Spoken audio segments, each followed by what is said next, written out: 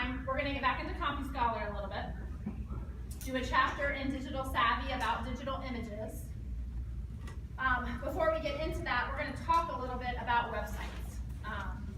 When you get onto a website that is slow to load, or just clocks a lot as it's bringing back its information, how do you feel as a viewer of that website? What's that make you feel like? Ella? Frustrated. Frustrated, get annoyed, yep. Joseph? I just want to spam the refresh button. Yeah, okay. Parker? Most of the time I'm leaving it on my internet connection, but even if it's like way too long, I'm like, oh, wait a minute. It's Okay. working really well right now, so. Awesome. So Parker brought up a really interesting point about, well, one we're generally irritated and annoyed. Parker's bringing up the fact that it may be the website. It also may be his connection to the internet, right? So there's multiple pieces along the way before us as viewers can see the website, right? So as web developers, it's our job to have everything that's in our control in creating that website to be the most efficient and productive website that there is. Because say you're a website that sells something and people are annoyed when they go to buy something, what happens? What do you think, Sammy? Maybe like it says maybe for example, there's a problem like when you click it, it won't like you, or maybe it says, oh, we're sending something to your email, but it doesn't actually go to your email or something.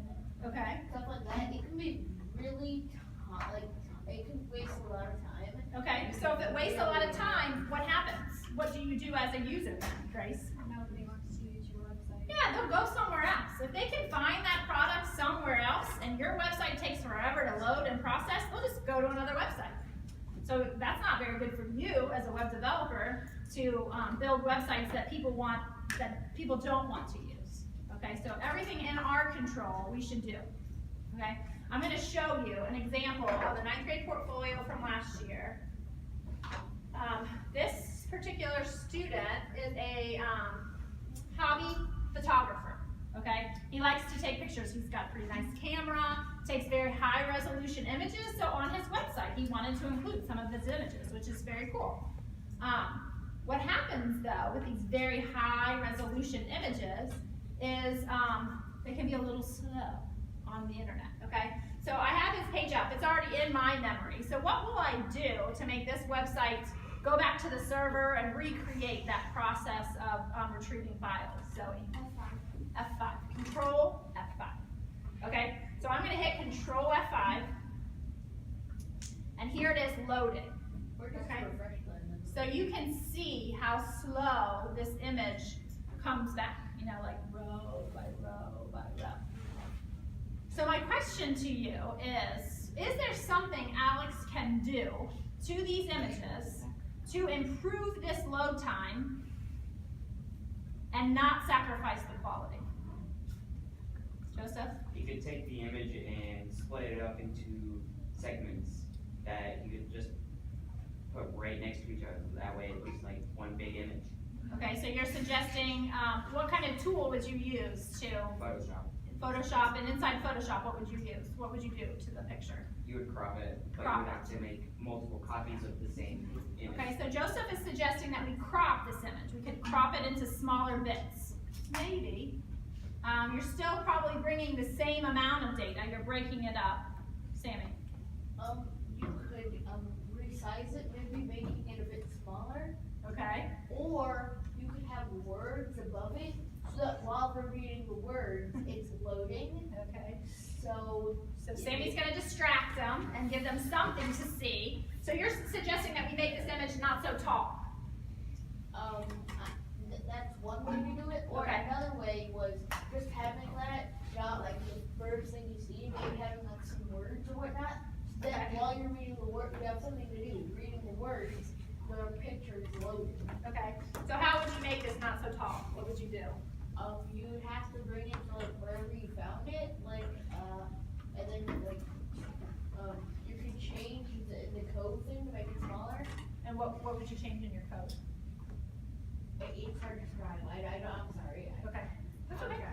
What do you think, Mateo? You could change the width and height to make it smaller. Okay, those are the attributes we use in our image, right? So does, if we change the image width and height of this, the suggestion is that this is smaller than what's being displayed. But if we change the file that we're displaying, we just change the width and height, we're showing a different size structure of the picture, but I'm not sure we've changed the file size. Zoe? You can just shrink the file so it's faster, loads faster. Okay, so how would you shrink it? Parker? One of the things you can do is you can put it into a JPEG. Those often load quite fast. Okay, and what if I told you this is a JPEG? Yeah. Make it a That's really PNG. good JPEG. Okay, so right by show of hands, how many of you believe that there's something Alex could do to change the load time of his website without sacrificing the quality? If you think that's true, raise your hand.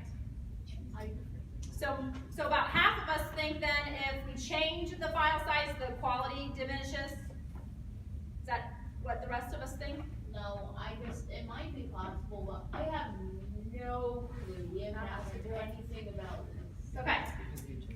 So, these are really high resolution images, and when I go to the About Me, it's the same kind of thing. So every page is like this. He has really cool photos, and once they're in memory, you get around on his website just fine, because it's already been downloaded. But every page is like this. Very, very cool pictures, but really slow to load every time, okay? So I am going to challenge us to figure out how we can improve the load times, not sacrificing these really, really nice images, okay? So here is step 2. Here is an image, 3 different versions of the same image. What I'm asking is, looking at these images, do they look different?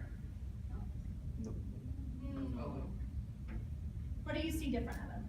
Some of them look a little bit sharper than others. Okay, which one do you think looks the most sharp? Some. The what? Which one? Some. The center. Okay. Anybody else have any thoughts? What do you think, Ella? I don't know if it's about where it's made, but the one closest to me looks a little bit wider than the other 2. Okay. What do you think, Parker? I think that like the one on the end especially, it looks like it's a lot brighter than like especially the one on the very left. This one looks brighter than the one on the far left? Yeah. Okay. Okay, what do you think, Joseph? I think they're all the same. You think they're the same? All right, what do you think, Nathan? I think one's smaller because of the gap. Well, you think one looks smaller? Yeah. Okay. How do you think I maybe got all these images to look like the same size? What do you think I used, Chelsea? Are they all the same size? Well, that's a possibility. They aren't the same size, though. So what would I do to make them look like the same size? They are not the same size.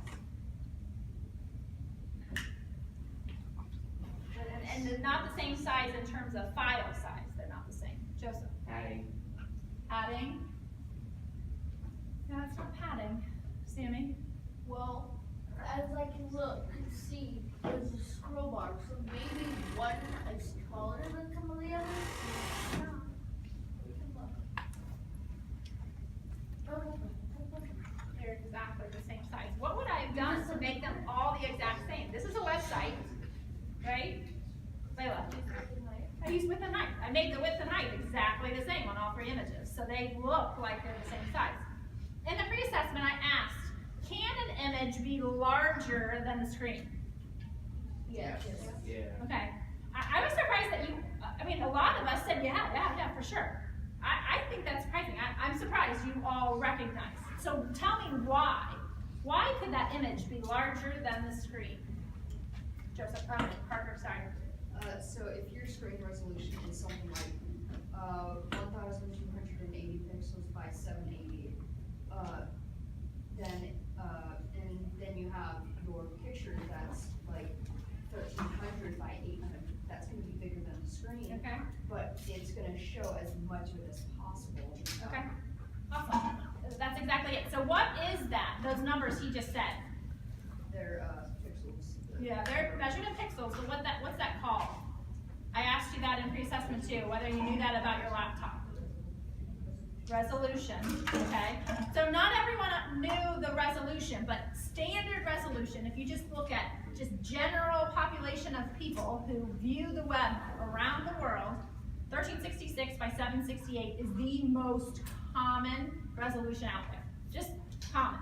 Everybody has about that. Now there's some that have very sophisticated monitors, some that use TVs as their computer monitors, but a general web user, that's the standard resolution. So that's as big of an image as can be displayed. So you have to think, this is fixed, okay? That's the highest resolution that my image can show is that on my website. So why would I want a larger image, right? So let's watch this. Because I would generally say, not having a super critical eye, they look the same to me.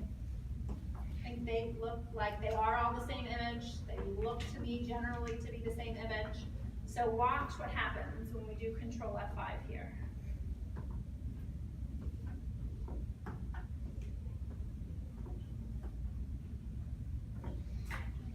So significantly longer, the first image to load. Okay, so we had some varying levels of what we thought looked, and it's a challenging image. I did that on purpose to have all those stripes and leaves. It's challenging to look and see any differences. But there's a lot of detail there, and really you can't decipher the difference between the three images. So, but the load time was clearly significant. So the idea is that we do have things that we can control as web developers to improve the load times of our websites and improve our viewers' interaction with that page. So let me show you what this so the first image is the largest file in terms of file size. So this is what that file looks like unformatted. So I don't use width or height to limit the size of this image. So if you look, it goes all the way down.